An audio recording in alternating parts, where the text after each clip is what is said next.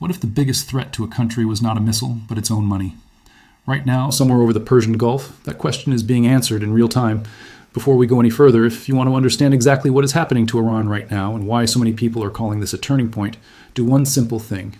Hit subscribe, tap that like button so this video reaches more people, and share it with someone who still thinks this is just another headline. Now, let's get into it. For years, Iran presented itself as untouchable.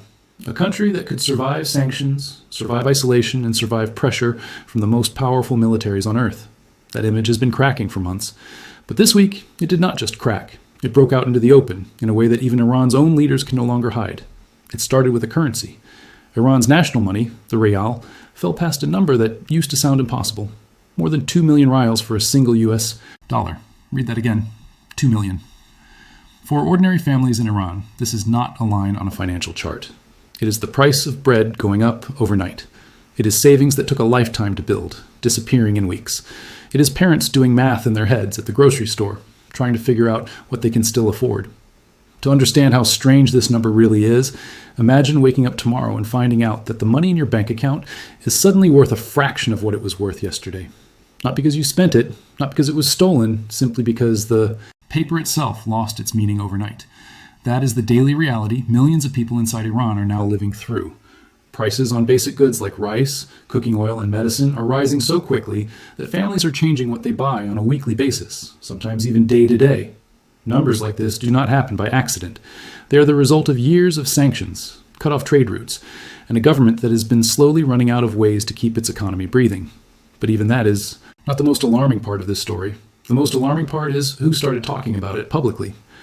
Iran's own parliament speaker, one of the most senior political figures in the entire country, stood in front of economists and said something no regime wants its own official to admit. He said that even a powerful military cannot save a country if its people are starving. Think about that sentence for a moment. This is not an enemy of Iran saying this. This is not a foreign news anchor speculating from thousands of miles away. This is a man inside the system, someone who has spent his career defending Iran's strength, now warning that weapons will not be enough if people cannot eat. When someone at that level speaks this openly, it usually means the conversation happening behind closed doors is far worse than what is being said in public. Governments do not warn their own citizens about hunger unless the fear of hunger has already reached the top of the government itself. And while this economic collapse was unfolding, on the ground, something else was happening high above it, in the skies over the Persian Gulf. American aircraft have been flying quiet, careful missions along Iran's coastline, not to attack, not to provoke a war headline. Their job is simpler, and in some ways more dangerous for Iran than any airstrike could be. Their job is to listen. One aircraft in particular deserves attention here, the EA-18G Growler. It looks similar to a normal fighter jet, but it carries no gun for close combat. Instead, its body is packed with sensitive receivers built for one purpose, capturing every signal Iran sends out, every radar sweep, every communication ping, every attempt by Iran's defense systems to track what is moving along its own coast. Think of it like a person sitting quietly in a dark room, not saying a word, just listening carefully to every conversation happening around them. Over time, that person learns far more than someone who simply walks in and starts shouting. They learn who speaks first, who hesitates, who seems confident, and who seems unsure. That is essentially what these aircraft are doing above the Gulf, night after night, building a picture piece by piece until the full shape of Iran's defenses becomes clear. Over weeks and months, this creates something incredibly valuable, a complete picture of exactly where Iran's defenses are, how they operate, and more importantly, where they are failing. And once you know exactly where a system is weak, you no longer need to guess where to send ships safely, or where a convoy can pass without being noticed. You simply already know. And they are failing. According to multiple reports from officials familiar with the operation, for close to 2 months, oil tankers and cargo ships have been moving through a southern route near the coast of Oman, traveling together at night in tightly protected convoys, escorted the entire way by fighter jets circling above. Iran, according to these same reports, has largely had no idea this was happening. Let that sink in for a second. A country that built part of its entire military identity around controlling the Strait of Hormuz, one of the most important shipping routes on the planet, has reportedly lost the ability to see ships moving right along its own coastline. This may explain something else that has been quietly reported in recent weeks. Several of Iran's most recent missile launches did not hit their intended targets. They landed in open water instead, missing by wide margins. When a military cannot see clearly, it cannot aim accurately. And when it cannot aim accurately, its threats start losing their weight, no matter how loud they sound in official statements. This is the real story underneath the headline about America declaring that Iran is collapsing. It is not just political theater. It is the visible result of months of quiet pressure, a currency crisis on one side, and a surveillance blackout on the other, both converging at the exact same time. Now, here is where the story becomes even more revealing. In the middle of all this pressure, Iran's parliament made a decision that, on the surface, sounds routine, but underneath tells you everything about the panic setting in. Behind closed doors, Iran announced it would begin charging new fees on ships passing through the Strait of Hormuz. Officially, the reasons given were navigation, safety, insurance, and environmental protection. It sounds like normal government regulation, the kind of thing you would expect from any coastal nation managing its waters. But ask yourself this question. How can a government charge ships for safety and oversight in waters it can no longer properly monitor? This is the contradiction sitting at the center of everything happening right now. Iran is trying to bill the world for control it may not actually have anymore. It is like a security company sending you an invoice after their cameras have already gone dark. There is also a quieter diplomatic layer to this move that is easy to miss. Reports indicate that Iran and Oman have been holding weeks of private discussions about how shipping through the strait should be managed going forward, with fee structures being one of the main topics on the table. Oman's foreign minister is expected to travel to Tehran to continue these talks. On the surface, this looks like two neighboring countries simply working out logistics. But look closer, and it becomes something else entirely. A sign that Iran may need outside cooperation just to make its own policy appear credible. A country fully in control of its waters does not usually need this level of coordination just to justify a toll booth. Meanwhile, on the water itself, the pressure keeps building from multiple directions. More than 70 commercial vessels have already been redirected away from high-risk areas near Iran, a clear sign that shipping companies are no longer willing to gamble on safety in that region. At the same time, more than 20 warships, including destroyers and at least one full aircraft carrier strike group, are positioned in the surrounding waters, expanding combat air patrols and reinforcing an already massive presence. An aircraft carrier alone can hold several thousand people on board. It is essentially a floating military city, capable of launching aircraft, coordinating operations, and projecting power across an entire region without needing to dock anywhere nearby. So picture the scene as it actually stands right now. Iran's currency is collapsing at home. Its senior officials are publicly warning about hunger. Its radar systems along the coast have been degraded to the point where entire convoys move past undetected. And at the exact same moment, it is trying to charge global shipping companies for protection it can no longer guarantee. If you are finding this breakdown useful, this is a good moment to make sure you do not miss what comes next.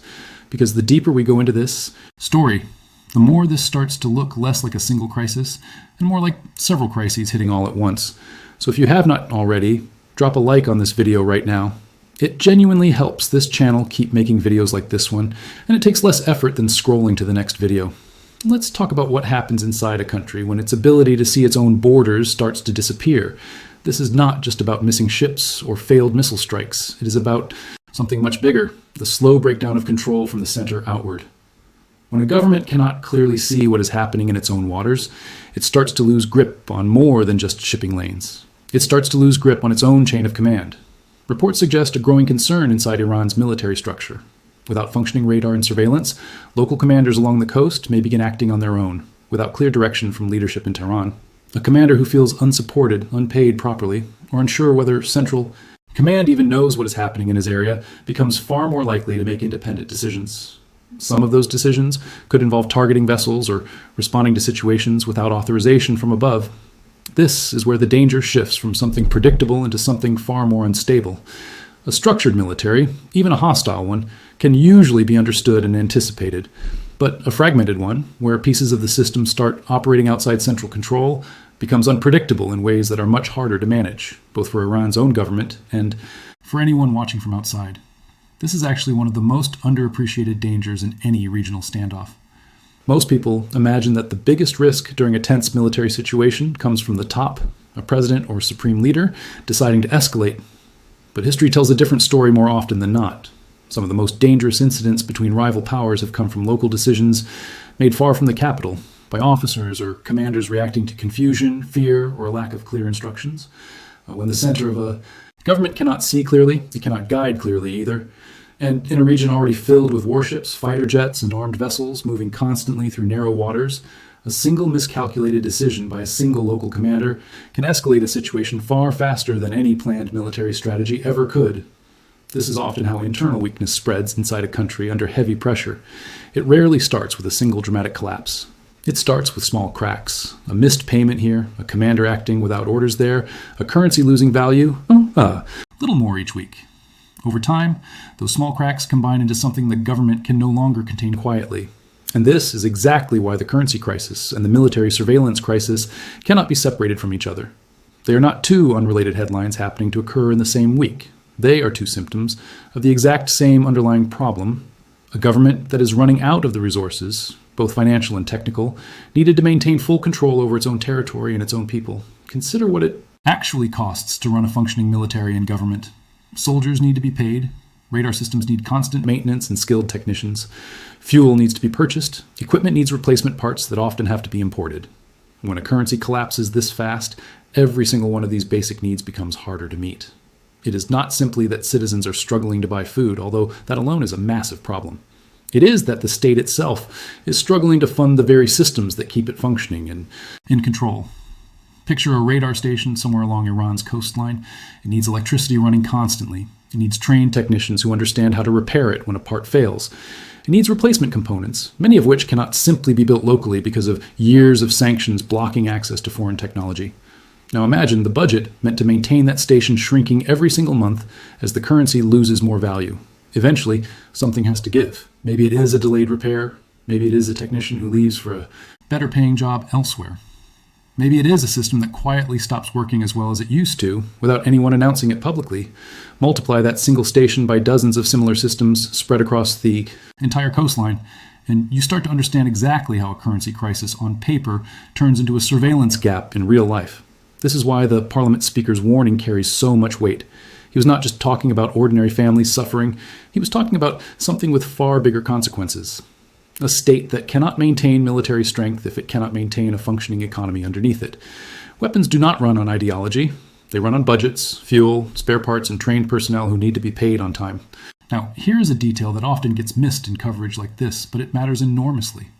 Iran is not just dealing with pressure from one direction. It is dealing with pressure from at least three directions simultaneously, and each one makes the others worse.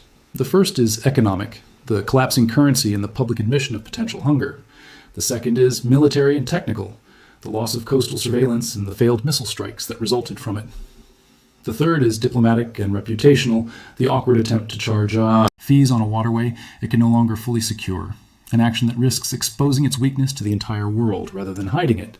Each of these pressures feeds the other two. A weaker economy means less money for maintaining defense systems. Weaker defense systems mean less ability to enforce authority over shipping lanes. Less enforcement ability makes new fee policies look less credible internationally, which in turn damages Iran's negotiating position with neighboring countries like Oman, who are reportedly already deep in discussions over how shipping through the strait should even be managed going forward. This is not a single storm. It is three storms overlapping at the same time, each one making the others harder to survive. There is also the human layer of this story that rarely gets enough attention and coverage, focused only on military hardware and government statements. Behind every one of these numbers is a person, a soldier who has not been paid on time and is starting to wonder if his loyalty is being repaid fairly, a shopkeeper watching prices rise faster than he can update them, a young technician trained to maintain advanced radar equipment, now considering whether to leave the country entirely for a stable paycheck somewhere else. Governments are not just built from weapons and buildings. They are built from thousands of individual decisions made by ordinary people every single day. Decisions about whether to stay, whether to keep working hard, whether to trust that things will improve. When enough of those individual decisions start leaning toward doubt instead of confidence, the effects show up everywhere in missed maintenance, schedules, in slower responses, in exactly the kind of coastal blind spots we have been talking about throughout this video. And this is precisely why the statement from Washington declaring that Iran is completely collapsing should not be dismissed as simple political messaging, even if some of the language was clearly meant to grab attention. Underneath the bold wording sits a set of very real, very measurable pressures, a currency in free fall, a surveillance system with major gaps, and a government trying to project strength through policy decisions it may not actually have the power to enforce. None of this guarantees a sudden dramatic collapse tomorrow. Countries under extreme pressure can sometimes hold on far longer than outside observers expect, especially when the leadership decides that survival matters more than comfort for its population. History has shown this pattern more than once, governments enduring years of hardship rather than giving up control. But what makes this moment different is the sheer number of pressure points converging at the exact same time, each one visible, each one measurable, and each one being reported not by rumor, but by officials directly involved in monitoring the situation. There is also something worth considering about how this story will likely unfold from here. When a government begins losing the ability to monitor its own territory, the next stage is rarely quiet. It usually involves attempts to reassert control quickly and visibly, sometimes through aggressive action, sometimes through symbolic policy, moves like the new shipping fees, and sometimes through public statements meant to reassure a nervous population that everything remains under control, even when the underlying reality suggests otherwise. Watch closely for how Iran's leadership continues to communicate publicly in the coming weeks. Do they double down on projecting strength, or do more officials begin echoing the parliament speaker's warning about internal fragility? The answer to that question will tell us far more about the real direction of this situation than any single missile launch or naval maneuver ever could. There's another detail worth paying attention to here, something that happened far from the Persian Gulf but fits into the same larger pattern of pressure campaigns closing in on actors who once believed they could operate quietly. In the Eastern Pacific, after roughly 60 days without a publicly announced strike, a joint task force targeted a vessel operating along a known trafficking route, acting on coordinated intelligence gathered over time. The details of that operation are different from what is happening around Iran, but the underlying lesson is strikingly similar. Systems built around staying hidden eventually get mapped out by patient observation. And once they are mapped out, their advantage disappears almost overnight. Whether it is a smuggling route across open ocean or a coastline meant to track incoming ships, invisibility only works until someone spends enough time quietly watching and listening. After that, every previous advantage turns into a liability instead. Before we move toward the final part of this story, if this kind of clear, connected breakdown is helping you actually understand what is happening in the region, instead of just reacting to loud headlines, consider sharing this video with someone who follows this topic but feels like they're only getting half the picture. That single share helps this channel grow, and it costs you nothing. So where does this actually leave Iran? And more importantly, where does it leave the rest of the world watching closely from the outside? The honest answer is that no one, not analysts, not military officials, not even people inside Iran's own government, can say with certainty exactly what happens next. What we can say with confidence is that the gap between what Iran claims to control and what it can actually enforce has grown wider than it has been in a very long time. And gaps like that do not tend to stay hidden forever. A government can survive economic hardship for a while. It can survive gaps in military surveillance for a while too, especially if it manages to quietly rebuild capability behind the scenes. But surviving both at the same time, while also trying to project outward strength through policies like new shipping tolls, is an enormous balancing act, one that becomes harder to maintain with every passing week that the currency keeps falling and every report that surfaces about undetected convoys slipping past its coastline. There is a pattern that tends to repeat throughout history when countries face this exact combination of pressures, economic collapse paired with weakened military visibility. It rarely ends in one single dramatic moment that historians can point to years later as the definitive turning point. Instead, it tends to unfold gradually through a series of smaller failures that accumulate until the underlying weakness becomes impossible to hide any longer. A missed payment leads to unpaid personnel. Unpaid personnel leads to lower morale and weaker discipline.